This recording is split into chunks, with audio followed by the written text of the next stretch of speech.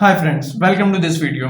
सही है, तो इस वीडियो में हम स्टार्ट करने वाले हैं। जैसे कि पिछली वीडियो में ऑलरेडी मैंने आपको बता दिया था, अगर आपने पिछली वीडियो नहीं देखी इस फॉर्म की जिसमें मैंने नेविगेशन क्रिएट किया था और फॉर्म भी, तो जाके ज़रूर देखें। तो इस वीडियो में हम एक टेबल क्रिएट करेंगे जिसके अंदर जितना भी डेटा हमने इंसर्ट किया था फ्रॉम दिस फॉर्म वो हम इधर फैच करेंगे। तो स्टार्ट करते हैं टेबल क्रिएट करना। सबसे पहले हम चेक कर लेते हैं हमारा माइस्क्ल ओके ऑन है। सही है, इधर आपने अपना टेबल चेक भी कर लिया होगा यूजर का। तो हमने जाना है बूटस्ट्रैप पे। सही है, मैंने आपको पहले ही बोल दिया था कि बूटस्ट्रैप पे हमें कोड याद रखने की जरूरत नहीं है। आपको सिर्फ ये पता होना चाहिए कि ये कोड, इस कोड का काम क्या है। सही है, अगर आपको कोड का यूज पता है तो आपको याद रखने की जरूरत नहीं, कोड अवेलेबल है। सही है, तो डॉक्स पे जाते हैं। सही है, और सर्च करते हैं भाई मुझे चाहिए टेबल। सही है, तो ये मुझे मल्टीपल दिखाएगा, तो मुझे ओवरव्यू में सारे टेबल्स मिल जाएंगे ओवरव्यू में। तो अब मैं क्या करूँगा, मैं ये ऊपर वाला टेबल पिक कर लूँगा। सही है, मुझे ये टेबल अच्छा लग रहा है तो मैंने क्लिप बोर्ड पे क्लिक किया, मैं इधर आया। अब देखें मुझे टेबल रखना क्या है। अगर मैं अपने डिव के बाहर रखता हूँ टेबल तो देखें क्या रिजल्ट होगा। तो मैं जाता हूँ, वेट ये मिस्टेक थी मेरी, और मैं इधर जाता हूँ और रिफ्रेश करता हूँ। देखें ये टेबल जो है पूरी विड्थ ले रहा है, हालांकि मुझे बिल्कुल फॉर्म जितनी विड्थ चाहिए। तो मैं क्या करूँगा, अब मैं इस पूरे टेबल को कॉपी कर लूँगा इधर से, और सेम जस्ट आपने क्या करना है डिव के अंदर रखना है, कंटेनर के अंदर, फॉर्म जिसके अंदर है। सही है, ओके। ये क्या है, ये टेबल का टैग क्लोज पता नहीं शायद आ गया होगा। सही है, तो अब मैं चेक करूंगा तो ये बिल्कुल एग्जैक्टली उतनी ही विड्थ पे है जितने में मेरा फॉर्म है। तो इतनी मुझे चीज़ें चाहिए थी। अब मैंने क्या करना है, कोड लिखना है पीएचपी का और जस्ट डेटा फैच करना है। तो मैं क्या करूंगा, सबसे पहले कॉलम चेक कर लूंगा कि मेरे पास डेटाबेस में जो टेबल है उसके अंदर कॉलम क्या है, नेम, ईमेल एंड पासवर्ड, ये डेटा मुझे चाहिए। तो मैं लिखूंगा इधर नेम। सही है, जो सीरियल नंबर है ये वाला, इसको हम जनरेट करेंगे पीएचपी के कोड से, इसको फैच करने की जरूरत नहीं है। आईडी हम फैच नहीं करेंगे। सही है, क्यों आईडी फैच नहीं करेंगे, तो इसका सिंपल सा आंसर ये है कि आप आईडी देखें, अगर कोई भी डेटा डिलीट होता है तो वो आईडी, जिस आईडी का डेटा डिलीट हुआ है वो दोबारा जनरेट नहीं होती, बल्कि एक यूनिक नंबर जनरेट होता है। सीरियल नंबर कभी भी, मतलब सीरियल नंबर का मतलब क्या है, सीक्वेंस में आएगा। तो ऐसे हमारी सीक्वेंस खराब हो सकती है जब डिलीट होगा data. Name, email, sorry my mistake, email and password. Okay, तो ये पासवर्ड में आ गए हम। अब ये जो चीज है, ये जितने भी रॉज हैं डेटा के, ये मैंने इधर से हटा देने क्योंकि इसकी कोई नीड अभी हमें नहीं है। सही है, तो ये आप देख सकते हैं हट गया। तो अब जस्ट आपने इधर क्या करना है, इधर पीएचपी का टैग ओपन क्लोज करना है। ओके, क्यूरी लिखना स्टार्ट करना है। क्यूरी को भी याद रखने की आपको जरूरत नहीं है, लेकिन सबसे पहले आप बेसिकली आपको कोड, जब भी आप कोडिंग कर रहे हैं आपको कुछ याद रखने की जरूरत नहीं है, जस्ट प्रैक्टिस करें। प्रैक्टिस से क्या होगा, वो खुद मेमोराइज हो जाएगा आपको। तो आपने क्या करना है, अपने टेबल में आना है एसक्यूएल, लेकिन फर्स्ट थिंग जो आपको करनी है, हर चीज में कोड के समझना जरूरी है कि इसका काम क्या है। अब ये सेलेक्ट की क्यूरी है, सेलेक्ट की क्यूरी काम क्या करेगी, आईडी हटा दें, आईडी हमें अभी नीड नहीं है, अभी फिलहाल नीड नहीं है इस वीडियो के लिए। सही है, सेलेक्ट नेम, मतलब सेलेक्ट कर लो नेम, ईमेल एंड पासवर्ड, कहाँ से, यूजर्स के टेबल से, फ्रॉम द यूजर्स। जैसे एक इंग्लिश है वैसी, मतलब इंग्लिश का जो वर्ड बोलना चाह रहा है मैं, वो एग्जैक्टली वही मीनिंग है उसकी। सही है, तो मैं ये कर लूंगा।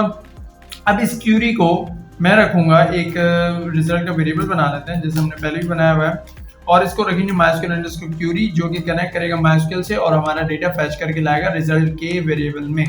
तो अब आपको पता है कि माइस्क्ल क्यूरी जो फंक्शन है वो दो चीजें लेता है, एक होता है ये वाली क्यूरी और एक होता है कनेक्शन, जो कि माइस्क्ल हमने क्रिएट किया है। और जो कनेक्शन क्रिएट किया है वो हमने वो कनेक्शन डॉट पीएचपी में क्रिएट किया, तो वो आप इधर कैसे आएगा, तो सिंपल आपने ऊपर जाना है। अब देखें मैंने ना इधर ऑलरेडी इंक्लूड किया हुआ है। ये इंक्लूड क्या करता है, ये इंक्लूड उस फाइल के कोड को इधर एम्बेड कर देगा। सही है, अब मैं इस फाइल में जो वेरिएबल मैंने बनाया था $mysql, वो इधर यूज कर सकता हूँ। तो मैं इधर आऊंगा और मैं इधर इस वेरिएबल को पेस्ट कर दूंगा $mysql और $query। ओके, अब मैंने क्या करना है, अब ये डेटा होगा ज्यादा, मतलब अगर मैं देखूं MySQL में तो कितना डेटा है मेरे पास, वेट अभी चेक कर लेते हैं। तो टोटल डेटा मेरे पास है 1 2 3 4 5 रॉज है। तो ये मल्टीपल डेटा है। जब भी किसी प्रोग्रामिंग लैंग्वेज में आपको मल्टीपल डेटा फैच करना होगा तो उधर चलेगा लूप। लूप का कॉन्सेप्ट मैं आपको अगर आपको नहीं आता तो मुझे जरूर कमेंट में बताएं, वो मैं आपको एक एक्स्ट्रा वीडियो में या अलग से वीडियो बना के पूरा कॉन्सेप्ट बताऊंगा। या अब मैं एक नई सीरीज भी स्टार्ट कर रहा हूँ वो के ऊपर, तो उसमें भी मैं आपको सिखाऊंगा। ओके, तो रिजल्ट का एक वेरिएबल जो इधर मैंने रख दिया, इस साइड पे वो चीज़ रहेगी जिसमें डेटा है, सही है। और जो फॉर ईच का कॉन्सेप्ट है और जो इसका काम करने का तरीका या लिखने का तरीका वो इस तरीके से है कि डॉलर रिजल्ट में डेटा है एज के बाद जो वेरिएबल आएगा वो बारी बारी उसके अंदर डेटा डालता रहेगा, सही है।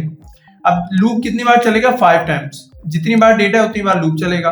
अब फर्स्ट टाइम चलेगा तो रिजल्ट में जो पहला रॉ है वो किस में आ जाएगा? डेटा में। अब डेटा के अंदर से हमें जस्ट क्या करना है?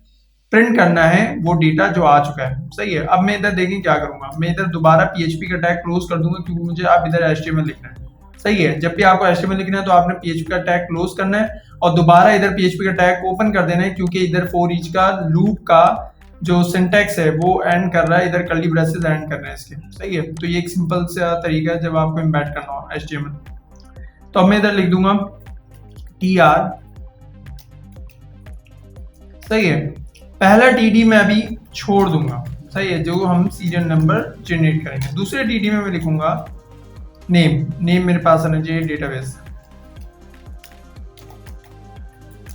मैं क्या करूंगा, इधर PHP का टैग ओपन क्लोज दोबारा करूंगा क्योंकि मुझे आप PHP का कोड लिखना है। इको डॉलर डेटा के अंदर जो मेरे कॉलम नेम है उसी से मुझे पिक करना है, मुझे ये दे दो, सही है। जितने भी नेम, मतलब नेम 5 बार रिपीट होंगे ना, 5 बार लूप चलेगा, 5 बार डिफरेंट रॉ के नेम उठाएगा, तो मुझे जितनी बार उस कॉलम के अंदर डेटा है, मतलब 5 टाइम्स नेम है, वो इधर प्रिंट करना है। तो आप देखिए प्रिंट होता है नहीं होता इको में।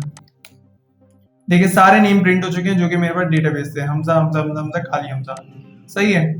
तो अब मैं क्या करूंगा, अब मैं सीरियल नंबर भी जनरेट कर दूंगा, सही है। तो सीरियल नंबर जनरेट करने के लिए मुझे क्या करना है, मैंने एक सिंपल सी लॉजिक है, सही है, बहुत ही सिंपल सी लॉजिक है। आप देखिए इससे $count equal to 0, $count equal to $count plus 1, simple.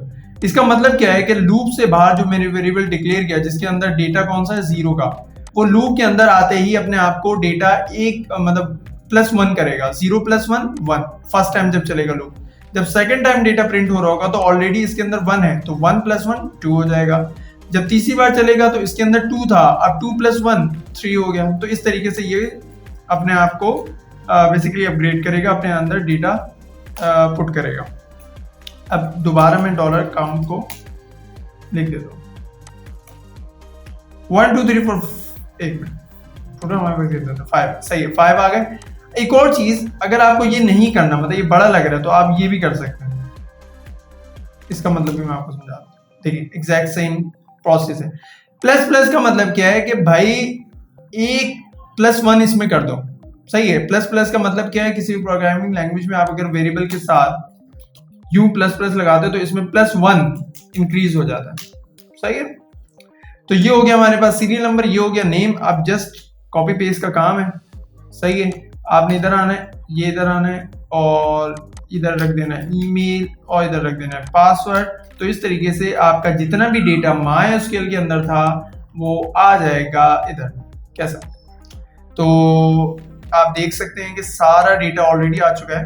तो अब मैं क्या करूंगा, सिंपल एक चीज मैं आपको बताना चाहूंगा कि मैंने इधर चेंज की थी ये चीज। अब इसका फायदा क्या होगा, देखिए पहले क्या हो रहा था, पहले मैं इसको रिमूव कर देता हूँ। पहले आ रहा था हमारे पास ऐसे, सही, इको इंसर्टेड। अब मैं डेटा इंसर्ट करता हूँ, सही है। मैं लिख देता हूँ हमजा, मैं लिख देता हूँ आलम हमजा और जो भी पासवर्ड है, सही है, इंसर्टेड। लेकिन अब मुझे ना उधर डेटा आ रहा है, मुझे उधर डेटा फैच होके आ रहा है। तो मैं क्या चाहता हूँ कि जैसे ही इंसर्ट हो जाए, अगर तो कोई एरर नहीं है, इंसर्ट हो जाए तो वो दोबारा उसी पेज पे चले जाए, सही है, रिडायरेक्ट कर दे। तो मैं इसलिए ये वाला कोड दोबारा अगर मैं आपको दिखाऊं तो ये क्या करता है, हेडर एक फंक्शन है जिसके अंदर आप लोकेशन बताएं अपनी फाइल की तो उधर रिडायरेक्ट कर देगा, सही है। तो अब देखते हैं ये काम कर रहा है नहीं कर रहा। तो मैं लिखूंगा इधर sam@gmail.com। 1 मेरे असेंट आप देख रहे होंगे कि इंग्लिश वाला हो गया सही है। तो देखते हैं सैम आया, बिल्कुल एग्जैक्टली सेम आ चुका है। सैम को बोला मैंने सेम, सही है।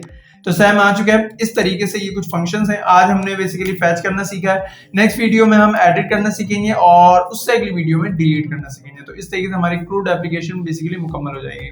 तो आज की वीडियो के लिए इतना ही। थैंक्स फॉर वॉचिंग, मिलते हैं नेक्स्ट वीडियो में। अल्लाह हाफिज, बाय बाय।